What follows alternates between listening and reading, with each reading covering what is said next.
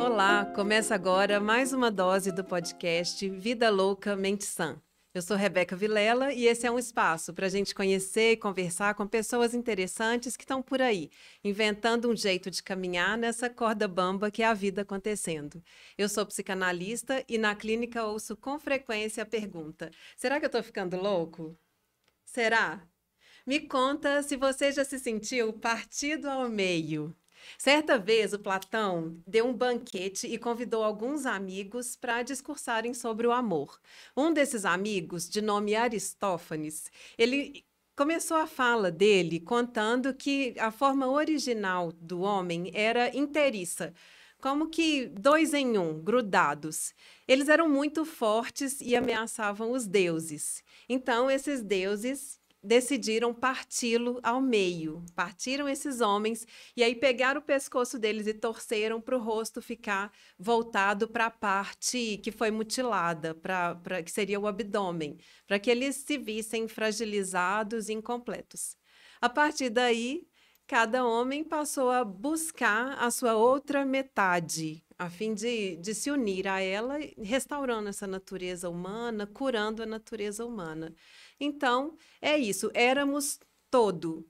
E então esse desejo e essa procura pelo todo, que, de acordo com um amigo de Platão, é a isso que a gente dá o nome de amor, né? E eu pergunto, quem nunca se viu colado, enfim, colado à parte que faltava? Até que muda a estação, né? E a gente percebe que alguma coisa aconteceu. Tá tudo assim tão diferente.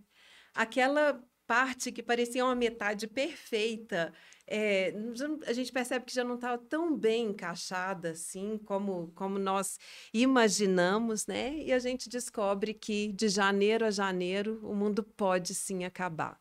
Né? Ruiu, de repente ruiu aquela fantasia do amor idealizado, aquele amor platônico. E agora? Alguns casais seguem construindo, apesar e a partir desse desencontro. Outros não. Aí eu trouxe aqui para a gente o Emicida, né, para a gente ilustrar como alguns casais vão fazer coro com ele e vão cantar. Despencado de voos cansativos, complicados e pensativos. Machucados após tantos crivos, blindados com nossos motivos. Amuados, reflexivos, dá-lhe antidepressivos. Será que o sol sai para um voo melhor? Eu vou esperar. Talvez na primavera o céu clareia e vem o calor. Vê só o que sobrou de nós e o que já era. A página vira, o som delira. Então a gente pira. E no meio disso tudo, tamo tipo passarinhos, soltos a voar, dispostos a achar um ninho, nem que seja no peito um do outro. Salve, Emicida. Quem já passou por um processo de divórcio sabe que mesmo quando a gente tem uma boa rede de apoio, esse voo é solitário, né? É preciso enfrentar aí ventos fortes, às vezes tempestades, até encontrar um outro ninho, até fazer um novo lugar. E só para constar, um novo lugar não necessariamente significa um novo par. Então, eu convido você a se aconchegar entre nós e curtir, compartilhar aqui mais uma dose desse podcast. Quem está aqui com a gente hoje para compartilhar dicas, ideias, informações importantes, trazer um olhar sobre a questão que vai ser tratada hoje, que é o divórcio, é o Rashid. Rashid é um idealizador do amor, como poeta, bom poeta e músico que é, né, Rashid? Eu coloquei aqui que ele está junto da Cora Coralina, que está sempre recriando a sua vida, sempre. Você remove pedras e planta roseiras e faz doces. Você recomeça, fazendo dessa vida mesquinha um poema. O Rashid é também advogado, especialista em direito de família. Então, poeta e advogado, testemunha encontros e desencontros, né? Pois é, pois é. E aí a gente fica nesse dueto, né, entre a poesia e a advocacia, porque a advocacia, ela, sem dúvida nenhuma, ela nasce na poesia, né? A advocacia, a essência da advocacia, ela é um ato de amor ao próximo. Né? Antes de mais nada, os verdadeiros e antigos advogados, eles surgiam das comunidades onde aqueles que eram letrados e eram mais inteligentes do que os outros no sentido social, porque tinham acesso à informação, eles promoviam a defesa daqueles que não podiam se defender. Então, a verdadeira advocacia, ela é um ato de amor, de compaixão, né, de se entender o lugar do outro e fazer, ou tentar fazer, balança entre os dois lados aí de um litígio, de uma lide, de uma disputa. Prazer estar aqui com você, obrigado pela oportunidade. Estamos aqui acompanhados também hoje de grande personalidade que vai nos ajudar a fazer a parte que eu falo, da prática da vida, das contribuições, né? Mas a gente vai trazer aqui também informações assim, que a gente vê que são necessárias. Ainda remanesce na sociedade muita dúvida. Né? Tudo é muito estereotipado. Então, o próprio divórcio ele é colocado numa situação de as pessoas sempre veem como uma coisa ruim, negativo. Isso só esse lado negativo, a pressão toda. Né? Quando, na verdade, nós temos muitas vezes uma solução. Isso é uma prova. Né? E a gente vai falar um pouquinho dessa história do divórcio, no Brasil, inclusive. Ótimo. Antes de apresentar a Ju, só falar que Rachid foi meu professor, né, na disciplina de psicologia jurídica, e a gente empreendeu aí uma breve parceria, ou que seja, que continue, né? Vai bom mestre, melhor discípulo, né? A parceria está aí caminhando nessa interface direito e psicanálise, que é muito interessante, e tive a alegria de participar do programa do Rachid, que é o Ponto Contra Ponto. Foi muito importante para eu conseguir estar aqui nessa nau hoje. Então, aproveito para agradecer mais uma vez. Estamos juntos. Obrigado. E fala com o pessoal para seguir, né? Lá, vamos seguir lá, ponto contra ponto. Programa ponto contra ponto. Programa. É porque tem muitos com os meus nomes parecidos e você não vai achar. Tem um canal no YouTube e tem no Instagram o perfil. Isso. Programa ponto contra ponto. Isso. Então, segue lá, acompanha. Então, para participar com a gente, está aqui a Ju, uma grande amiga que me inspira a amar a vida, que me inspira a seguir e a curtir, né? Mesmo quando tá a dor pegando, quando a coisa está complicada, mas também a chorar junto, né, Ju? Sim, quando o voo tá pesado demais. Então, é uma alegria ter você aqui com a gente. Que isso, eu que agradeço, Rebeca, o convite, agradeço a amizade, sabe? Assim, por entender essa correria da vida mesmo, que a gente, às vezes, estamos distantes fisicamente, mas sempre arrumando um tempinho para dar uma conversada. A Rebeca sempre pergunta como você tá e tudo. Então, assim, obrigada pela amizade. Ai, que obrigada delícia. Mesmo. Coisa boa. E obrigada por estar aqui, que você tem muito a contribuir para essa conversa. Sim. E é isso, já entrando no nosso tema mais especificamente, o divórcio, dissolução de casamento, né, Rachid? Voltar-se para direções diferentes. Foi o que eu vi Divertere. É um termo do latim que dá origem a isso, né? Virar-se para lados diferentes. Sim. Né? E como eu falava, não necessariamente quer dizer que isso seja ruim. Porque em determinado momento da caminhada pode ser que os caminhos se mostrem mais favoráveis para esse ser que você dizia aí do completo, né? Sim. E aí, é óbvio, nós vamos entrar aqui em algumas considerações que ao longo de 25 anos a gente vai acumulando, né, essa bagagem. Sim. Que não é só teórica, mas ela é muito da prática do dia a dia. Ah, pois é. Eu quero muito... Nós vamos tentar trazer questões. Partes. Por exemplo, há mitos, né, com relação ao divórcio e o casamento. Em 2021, nós estávamos no período de pandemia, a última estatística que nós temos de IBGE é de 2021. Nós tivemos 923 mil casamentos no Brasil. Uau. Tivemos 386 mil divórcios. Então, casa-se muito mais do que se divorcia. Sim. Entretanto, o aumento do número de casamentos foi de 23%, de 2020 para 2021, muito em virtude da pandemia, as pessoas estavam isoladas, mas o número de divórcios nunca foi tão alto, desde 1984, quando começou a ser medido. Isso significa que a pandemia fez um efeito de provocar muitas cisões familiares, que a gente chama. Nós vamos ver que nós temos o divórcio, é uma das espécies. Né? Nós temos aí a dissolução conjugal como sendo o grande gênero. Né? A gente fala assim, a gente tem uma divisão hoje nas uniões que não está restrita ao casamento, coisa que até 1977 era, quando entrou a chamada Lei do Divórcio no Brasil. Sim. Então, até 77, o casamento era indissolúvel, casamento jurídico, civil, e esse casamento era a única forma de fazer família oficial. Então, as pessoas que não se juntavam pelo casamento, elas eram consideradas à margem da sociedade, marginalizadas. E aí a tentativa da veia social do Estado foi de trazer essas famílias para dentro, para o contexto, garantindo direitos, exigindo respeito às obrigações das várias ordens, entre as próprias pessoas que participavam da relação e os seus filhos, as descendências e a família um do outro. Né? Isso que ano mesmo? 77. Tem né? pouco tempo, se Pouco. a gente... É tem bem pouco jovem tempo, o divórcio sim. no Brasil. E nós já tínhamos, a influência veio da Europa, e também da América do Norte. O divórcio ele passa no Brasil no meio de uma grande convulsão social e política, porque nós estávamos em 77, ainda no meio do regime militar, né? Um regime chamado ditatorial, a gente não vai se avorar aqui a discutir a ditadura ou não, mas um período de regime militar extremamente severo com as questões conservadoras de formação da sociedade. Então, voltando agora um pouquinho aí na história, a gente falando dessa sociedade, na Constituição Federal do Brasil, que é de 1988, atual, está claro lá no artigo 226 que a família é a base da sociedade. Isso já vem desde Aristóteles, né? Com as suas insinuações de que não haveria sociedade sem família, como não há. E hoje nós chegamos a ponto de identificar até a família do eu sozinho.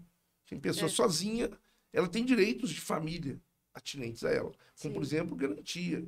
Em caso de cobranças indevidas de dívidas, ela pode alegar que o imóvel dela não pode ser penhorado, é um bem de família. Olha só, a família do eu sozinho. As famílias múltiplas que surgiram depois da Constituição Federal, não em virtude da Constituição, mas em virtude da reabertura do processo democrático. Então, nós assistimos que aquelas pessoas que eram descasadas e eram rotuladas, marginalizadas, eram mal vistas, eram uma família de segunda categoria, elas passaram a ser tratadas, o que era considerado concubinato, que é um nome até bem feio, né? Mas do latim também significa dormir com alguém, concubinare. O concubino continua ainda no nosso direito, mas ele não tem direito de família. Ele é o que não... Aquele não que não casou. pode, não casou, mas não pode ter direito de família garantido, porque ele concorre com um casamento formal e válido de alguém. Da pessoa que é casada. E o artigo do Código Civil que fala isso, ele fala muito bem, ele fala assim, as relações não eventuais entre homem e mulher, ainda fala da diversidade de sexo, hoje acabou, mas entre homem e mulher, as relações não eventuais, então relações constantes, mas que sejam impedidos de se casar, constituem concubinato. Aí esses não se dá direito de famílias, né? E as famílias são várias, mas os direitos são restritos àqueles que podem participar. Então, voltando, como eu falei de história, o casamento por si, ele nasce lá na antiguidade mesmo, numa forma de celebração que era muito diferente da de hoje, muito parecida em várias coisas. A primeira delas, a grande menção que se faz, a chamada confarreácio, que era uma confraternização das famílias que se casavam. As famílias se casavam integralmente uma com a outra. Como a gente ainda hoje fala, você não casa só com o marido, só com a esposa, você casa com a família toda, vem a parentada toda, a sogra, o sogro, pacote. Né? Hoje, a possibilidade de pessoa ter filhos num relacionamento anterior, vem os seus, os meus e os nossos. Nós podemos ter. Então, nós vamos ter 3 tipos de filho. Não, filho é tudo igual. Só que nós estamos entrando numa sociedade conjugal. E aí que eu queria chegar no ponto de dizer, o divórcio, ele é um único instrumento, exceto a morte, que põe fim ao casamento civil. O casamento é um contrato, ele é um negócio jurídico praticado entre partes maiores e capazes. A gente até vai fazer uma ressalva aí, que a partir dos 16 anos pode se casar. Emancipa-se o menor entre 16 e 18 e pode casar. Mas essas pessoas se casam e adquirem uma vida própria como se fosse uma empresa mesmo. A sociedade conjugal é como se fossem 2 sócios no negócio. Só que essa sociedade chamada família, ela não ganha um CNPJ, um Cadastro Nacional de Pessoa Jurídica, como o boteco que eu abri com meu amigo é uma sociedade e tem um CNPJ. Mas a sociedade conjugal, ela tem um monte de normas que são de ordem pública. O direito de família ele é privado, é das pessoas. Você tem liberdade de casar com quem você quiser, quando quiser, mais de uma vez, depois de 77 para cá, que a gente descasa e casa de novo. Mas você, a partir do momento que você contratou o casamento, você tem que seguir as normas do casamento. E são várias as obrigações dos casais, né? Dentre elas, as obrigações entre si e para com os filhos também. Mas esse contrato não se dá somente via cartório? Pode ser uma união estável, por exemplo? Ou chega um ponto que ela vai ter essas A sua pergunta direitos sobre e o deveres cartório, de um sobre o cartório tem que dar uma lapidada aí, porque o cartório, na verdade, ele é o mesmo que faz o casamento civil, é o registro civil. E o Sim. cartório que faz a união estável é o cartório de notas. O que significa a diferença entre os dois é que o casamento, ele impõe uma mudança de estado da pessoa. Sim. A pessoa sai de solteira para casada. Tá. A união estável, não. Ela sai de Ok. solteiro para quê? Para solteiro. Sim. Ela é divorciada, ela continua divorciada. A união estável ainda não traz um novo estado civil, apesar de haver vários projetos para poder se tornar união estável, um estado de conviventes, por exemplo, ou então companheiros, como nós chamamos. Tá. E quem é o companheiro de verdade? O companheiro, a palavra companos, é comer o pão junto com alguém. Sim. E era assim que era a celebração do casamento. A confarreácio era isso. As famílias se juntavam, as duas, faziam um grande banquete, comiam e bebiam juntos na mesma mesa. A partir de agora nós vamos comer juntos. E comer, às vezes, o pão que o diabo amassou, né? Mas comer junto. Mas sobre Porque- o contrato, né? Eu não tinha, eu sou divorciada. Uhum. Sim, eu não tinha, quando eu casei, eu não tinha noção que o casamento era o contrato. E eu vejo que muitas pessoas não têm. Essa noção. Não tem noção que é um contrato, Pois é. sabe? Sim. Aí quando você vai acontecer do divórcio, que vai reincidir o contrato, que o divórcio é isso, Isso mesmo. que eu tive a noção. Aí eu lembro que eu falei com a minha advogada, né? Eu casei, eu era muito jovem, eu tinha 22 É anos. até hoje, né? Mas. Você casou outro dia, separou Rapidinho. rapidinho, né? Nem foi, né? E assim, eu não tinha. Eu sou farmacêutica, quando eu casei, eu estava fazendo faculdade ainda, então, assim, eu não tenho. Não tinha pessoas próximas a mim da área do direito. Não era meus. Métier, Não era. né? Sim. Mas eu acho que isso é o mais comum, né? sim, mas A gente casa lá no Platão, né? Achando que Sim, mas vamos quando viver de tem amor. pessoas próximas, às vezes te falam, ou a Alertar. família, às vezes, vem uma família de advogados, pessoas, sabe? Não sei. Assim, mas na minha, não. Sim. E eu não tinha noção que eu estava assinando um contrato. Eu E não veja bem como é que é tinha interessante. noção. Ao passo que ele é um contrato, é o casamento civil, Uhum. o casamento, por outra ordem, ele é uma instituição. Porque Sim. a maioria das pessoas também se casa no religioso. E é aí que vem a confusão. Porque aquele casamento religioso que hoje os líderes religiosos, pastores, padres, xamã na aldeia, qualquer que seja o líder religioso, ele vai promover o casamento, ele pode promover o casamento com efeitos civis, Isso. mas na própria entidade religiosa. Então, na igreja, no culto, na missa, ele vai lá e faz um casamento. Só que ele está amparado pela legislação. Fala, olha, Sim, você tem é. que pegar aqui e cumprir os requisitos legais. É, Esse é o casamento. Então, essas duas faces do contrato e da instituição, elas têm algumas barreiras ainda, que são culturais, que nos levam para grandes problemas, porque nos processos, por exemplo, hoje, só para poder adiantar, nós temos o chamado divórcio expresso. O que é o divórcio expresso? Hoje nós só temos duas condições para poder ter um divórcio. Primeiro, provar que está casado, certidão de casamento. Segundo, dizer que não quer ficar casado. Só manifestação de vontade de uma das partes, ou de duas.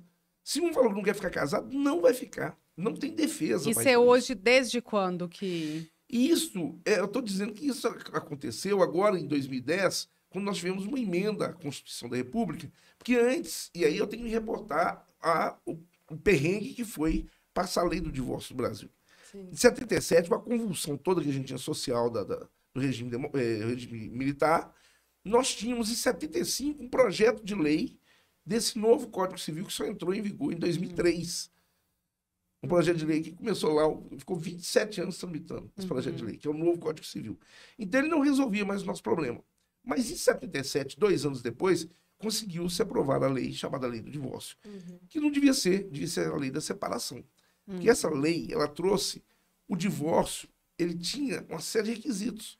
Dentre eles, provar que estava separado de fato há mais de 2 anos, que um tinha saído de casa, foi embora e nunca mais voltou.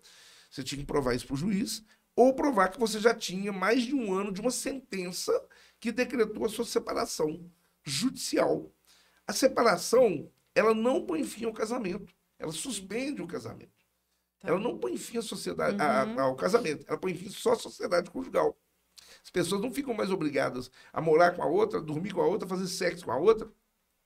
Só continuam os deveres com relação aos filhos e talvez o direito de pensão alimentícia um do outro, se não precisar e o outro puder. Quando veio a lei, e a lei chegou falando assim, olha, tem que estar separado mais de 2 anos de fato. ou 1 ano judicialmente, isso criou um arcabouço de mentiras.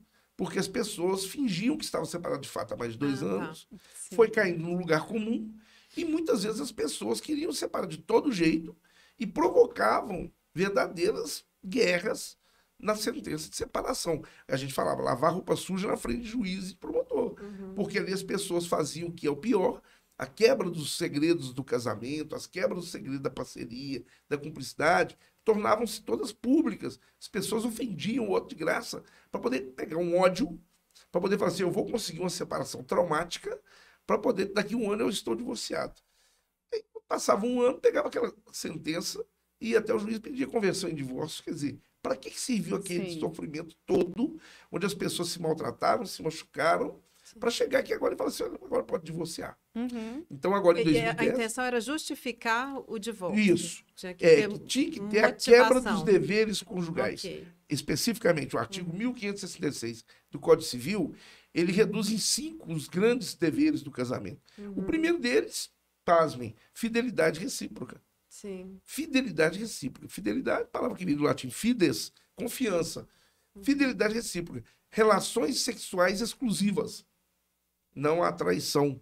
Isso, por muito tempo, imperou até a lei do divórcio com os flagrantes que eram feitos em motéis, nas casas noturnas, nas boates, nas alcovas. As pessoas eram perseguidas, filmadas, para fazer prova para o juiz que pegou o outro lá, em flagrante delito e tal. Com isso, estigmatizaram a ação do divórcio. Como eu falava, o divórcio ficou com a cara do malvado, vai acabar com a família brasileira. Então, Nelson Carneiro, que à época era deputado e depois foi senador da República, Nelson Carneiro empunhou a bandeira do divórcio e comprou a briga contra a igreja. À época, católica, a bancada religiosa era muito católica em Brasília, hoje a maioria é evangélica, mas a bancada católica fez uma pressão terrível. De um lado, Nelson Rodrigues com a bandeira do divórcio, e de outro eu brinco com o pessoal, porque era verdade, eu estava lá adolescente, tocando na missa lá, e Padre Zezinho fazia um sucesso danado. Né? O amor virou consórcio, compromisso de ninguém. Né? Se os pais amassem, o divórcio não viria. Chamam a isso utopia, eu a isso chamo paz. Utopia é o nome da música de Padre Zezinho. Então eu cantava isso na igreja, mas nem pensava em fazer direito, e depois estudar Nelson Carneiro para dizer, o cara foi sensacional. Porque ele comprou muita briga para dizer para as pessoas, o divórcio não vai acabar com a família. Pelo contrário, o divórcio vai moralizar e vai dar às famílias que se deram mal e estão infelizes, as pessoas, a condição de se rearranjarem em novas formações familiares, e nós vamos contribuir para pacificar a sociedade. E foi o que aconteceu. Não só passa o divórcio, a gente teve aqueles requisitos que tinham, durou até agora 2010, mas também com a Constituição em 88 apareceu a união estável como sendo a conversão do antigo concubinato puro, aqueles que podiam se casar, mas não queriam, vamos morar juntos. Por quê? Despesa, a pessoa fugia da formalidade, juntava as escovas de dente e ia morar junto e pronto. E tornava-se uma união estável. E ela foi evoluindo.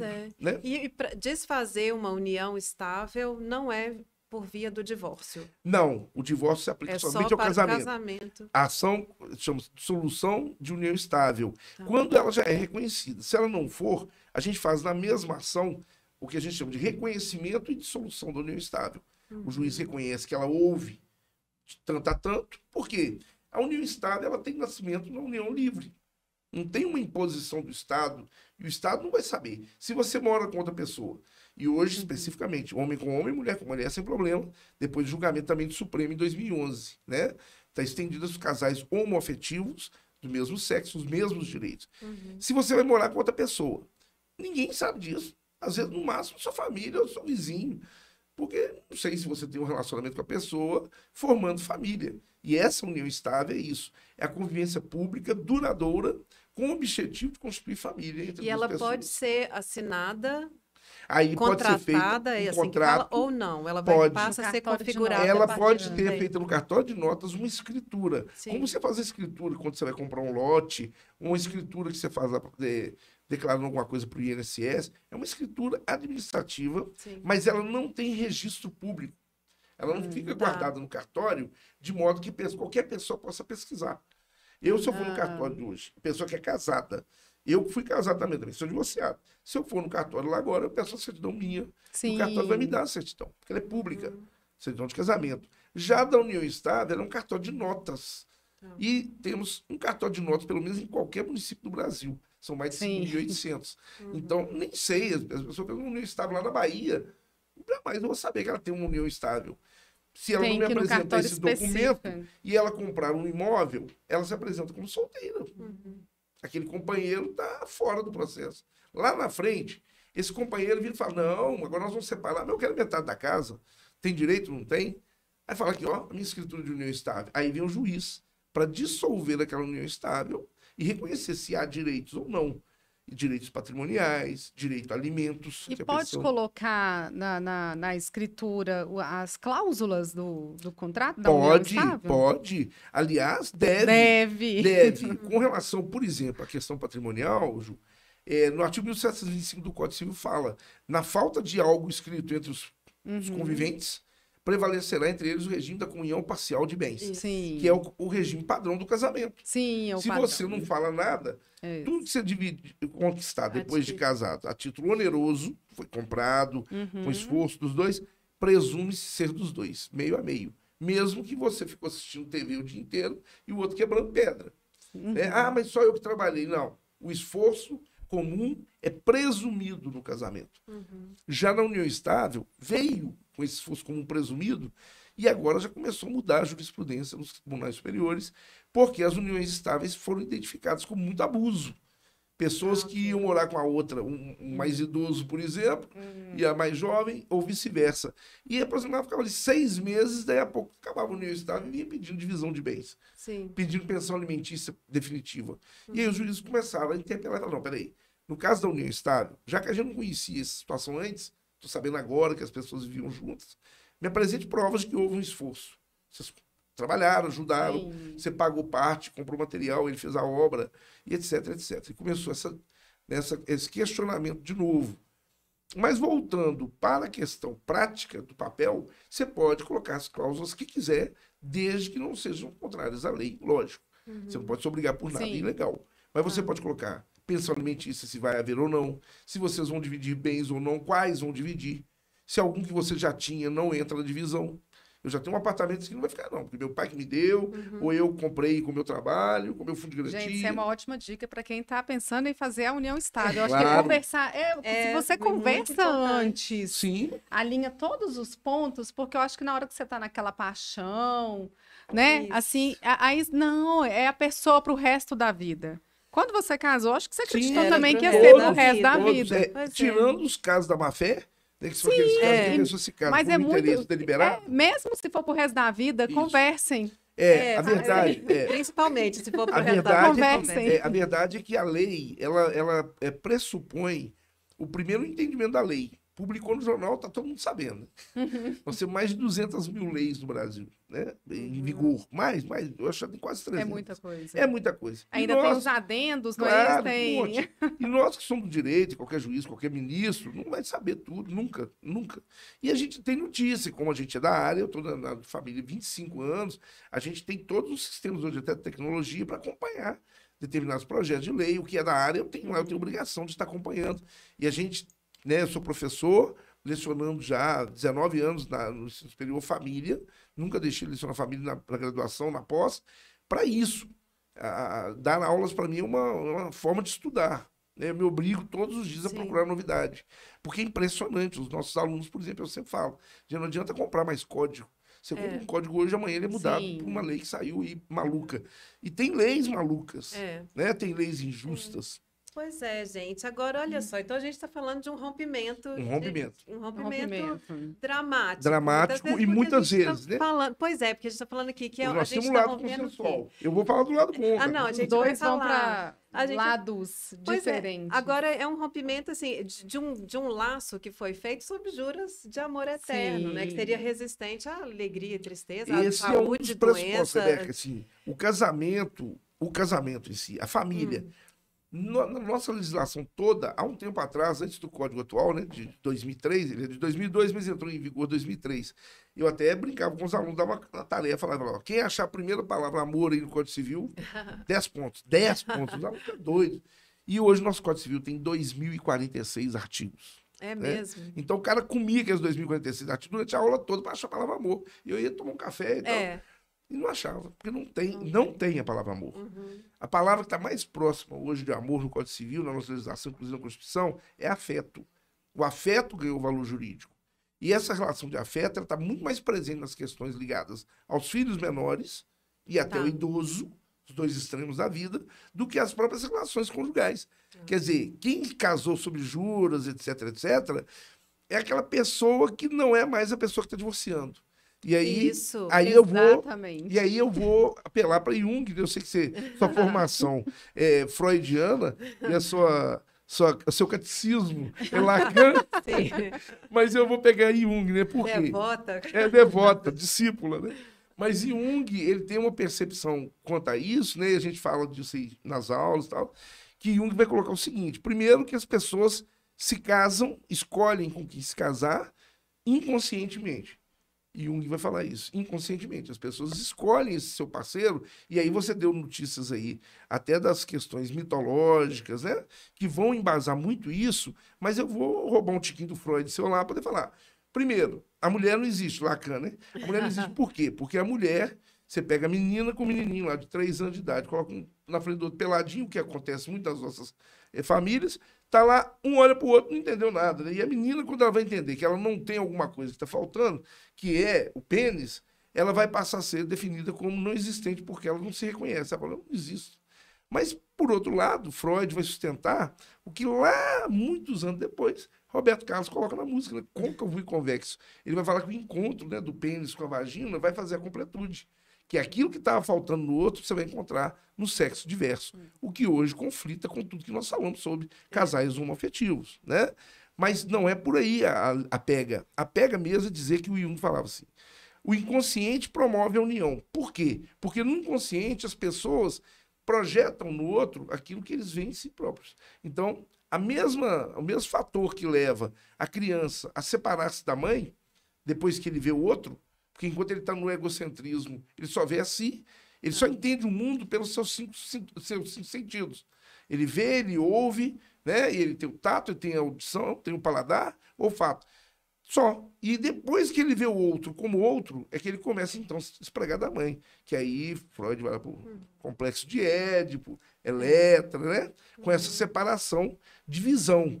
No casamento, a mesma coisa. A pessoa se casa idealizando dentro de uma inconsciência, né, e idealizando no outro aquilo que ele mesmo queria que fosse. Só que, à medida do tempo... Esse é o imaginário, essa idealização. Isso. E aí, com o passar do tempo, com a convivência, foi o que a pandemia fez com aqueles casais, 386 mil que eu falei, a convivência, ela é massacrante para qualquer casamento. Então, hoje eu não tenho medo de dizer. Viver junto é muito perigoso. Viver é um perigo. Viver junto já é perigoso, né? Mas viver junto Guimarães Rosa aí é mais perigoso. Viver junto é muito mais perigoso. Por quê? Porque na convivência você vai identificando, você amadurece, você torna a inconsciência em consciência, e na consciência você olha um dia no sofá e fala: essa pessoa não tem nada a ver comigo. Não é a pessoa com quem eu me casei. Isso, gente, acontece. o que eu vi nessa pessoa? Pode ser linda, maravilhosa, pode ser uma pessoa bem-sucedido, profissional, financeiramente. Eu tenho uma teoria que os casais, pessoas que estão juntas, né, casados ou namorados, casais, são pessoas parecidas. Né? Eu tenho essa teoria, tipo assim, você tem que ter alguns gostos, afinidade. Pois é, tá vendo? Isso aí pra mim tá no campo do inconsciente. Assim... Porque quando você vai ver, a pessoa fala, os opostos é que se atraem. Não, pra mim... Não é física, é isso? Sim, não só pra mim, acho que é só nessa área. Assim, então, acho que as pessoas são parecidas, né? Eu acredito tanto na questões éticas, que eu tô falando até questões éticas também. Eu acho que as pessoas são parecidas. E acontece às vezes no casamento, pessoas se tornam diferentes, né? E assim, eu acho que quando vocês se tornam diferentes, amadurece, não tem como mais continuar junto. Pois é, aí eu só faço a ressalva. As pessoas não se tornam diferentes, elas eram diferentes e se viam parecidas. Isso. Esse é o problema da projeção. A gente vai para um outro programa, porque aí a gente vai mudando ao longo do tempo, né? Às vezes o caminho vai se mudando, o vínculo vai mudando. Agora, o fato é, num dado momento, em muitos casos, esse que já foi rompido o laço afetivo. Agora é romper o vínculo jurídico. O vínculo Aí jurídico... que eu quero a gente já ir direcionando um pouco mais para o Sim. nosso foco, que é a saúde mental e a Claro. questão do divórcio relacionado ao sofrimento. Então, foi ótimo esse panorama todo do divórcio. Eu queria que você falasse também depois, rapidinho aí para a Sim. gente, localizando só o divórcio consensual do litigioso, Sim. porque eu acho que a gente vai acabar abordando aqui mais um pouco os casos de litígio, litígio, que são, que obviamente, trazem mais de sofrimento, maior sofrimento. Ainda que toda e qualquer cisão ela é perda, né? Isso, Mas só que as perdas, às vezes, são como as podas das árvores, né? Você chega numa árvore, tá lá caidinha e tal, você tem que dar uma podada para ela ganhar um vigor. E ela vai distribuir a seiva de novo para os ramos, e ali a árvore, aí a pouco tá bonitona lá, produzindo. Muitas vezes é o que eu falava do lado bom. A separação, quando começou lá em 77, já previa a possibilidade da separação consensual. A própria separação. E o divórcio também, que é a cisão de comum acordo. Então, as partes chegam num acordo, com assistência de advogados, na maioria das vezes, ou defensores públicos, porque é importante o que a gente tinha colocado, as pessoas nem têm noção do que o casamento significava juridicamente para ela. Estão se comprometendo, O né? tanto que ela está Sim. implicada na firmazinha que o marido criou lá, está devendo Deus e o povo, agora ela vai divorciar e está sobrando para ela, por exemplo. Né? Ou o tanto que ela também tem a ver com aquele sucesso empresarial que o marido criou a empresa no meio do casamento e que não está querendo dar nada para ela. Os ônus e os bônus. Exatamente, exatamente. Com isso, a possibilidade do consensual existe desde 77, que é as pessoas fazerem um acordo e pedir ao juiz a homologação desse acordo. Quando tem filhos menores, há a presença obrigatória do chamado Ministério Público, que é o promotor de justiça, que faz o papel de fiscal da lei. Ele olha para ver, olha, porque esses pais podem estar fazendo um acordo que entre eles está muito bom, mas pode estar lesando os filhos. Sim. Né? Por exemplo, ok, então ele vai dar essa checada, não, tudo ok, o Ministério Público está de acordo, o juiz vai homologar o acordo.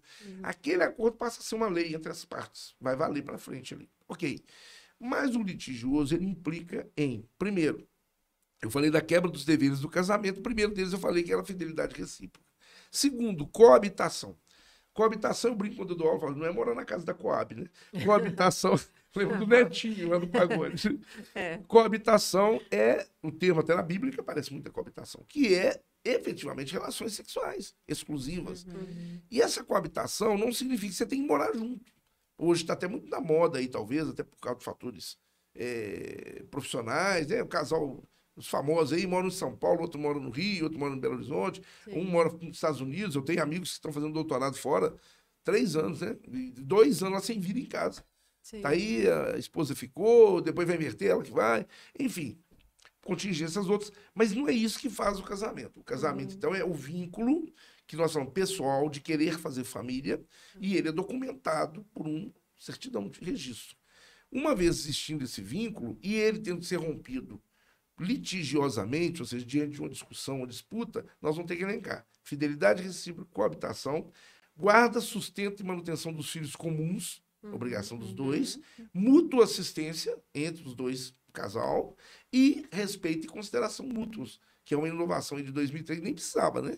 Falar que as pessoas têm que ter respeito e consideração mútuos. Mas por quê?